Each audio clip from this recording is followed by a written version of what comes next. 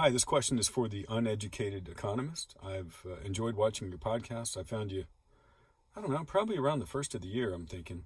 But I know you took a little time off, but I've enjoyed your podcast. And I have a question for you. I've left this same question in the comments to other podcasters that I follow in the comments of their YouTube videos. I've left it for Lynette Zhang. I've left it for George Gammon. I saw you on his show one time.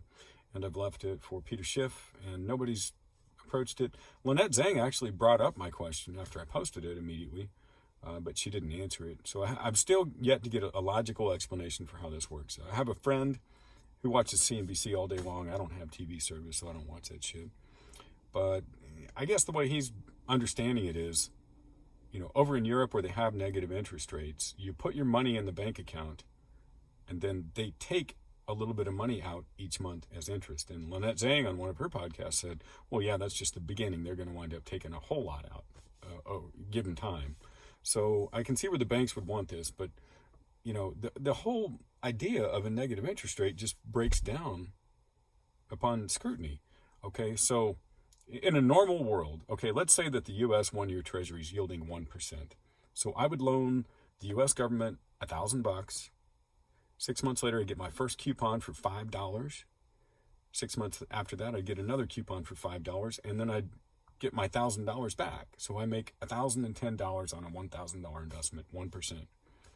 So in order for that to become negative yielding, the way that would work is I would actually pay the government $1,020 for that very same 1% bond. And so 6 months later, I'd get $5.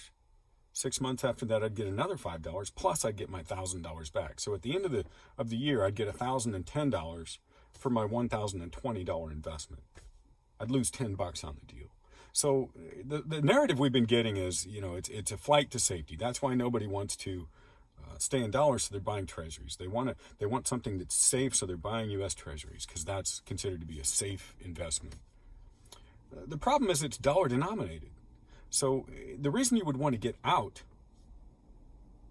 of U.S. dollars is because you fear you're going to lose buying power. So if hyperinflation is defined as a 20% loss on your purchasing power in a single year from the currency. So if I buy $1 today, or I hold $1, and I can only buy 80 cents or less with that same dollar a year later, that's hyperinflation, and that's what we want to avoid. That's why we don't want to be in dollars during hyperinflation. So if I'm jumping out of dollars because I fear inflation, and I go into U.S. treasuries, which are U.S. dollar denominated, that ain't going to help me. I'm going to redeem my bond a year later for $1,000 after I get my shit little interest, negative interest, and I'm going to redeem this thing for dollars, and I'm going to wind up with what would amount to 80 cents on the dollar a year from now in terms of my purchasing power. So it makes no sense that anybody would buy a negative yielding bond. I have not found an explanation yet for who in their right mind would buy these things. I don't even understand why anybody would buy a 1 or a 2 or a 3% bond. And, it looks to me like it's been the Fed all along. Fed's the only buyer of U.S. Treasury. Would pensions buy them? I don't know. Maybe pensions are dumb enough to buy a 1% U.S. Treasury. I think the 10-year is paying like 0.8% right now. Maybe pension fund managers are that fucking dumb. Maybe they buy that shit. I don't know why you wouldn't just hold dollars. What's the difference? You're going to make $80 on a $1,000 investment over the course of, no, you'd make $8. I'm sorry. You'd make $8 lousy fucking dollars by risking $1,000 and loaning that to the government, the insolvent AAA rated U.S. government debt. It's insane. I don't know why a pension manager would be willing to make that bet.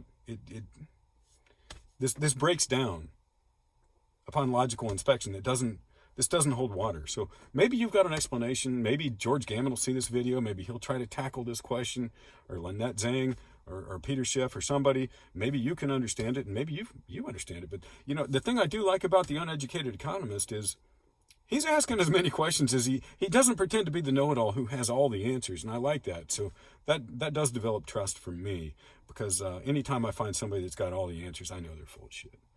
And you ask a lot of questions and don't have all the answers, and I like that. So anyway, keep the podcast coming, and I hope you'll answer this question, or try to anyway. Thank you.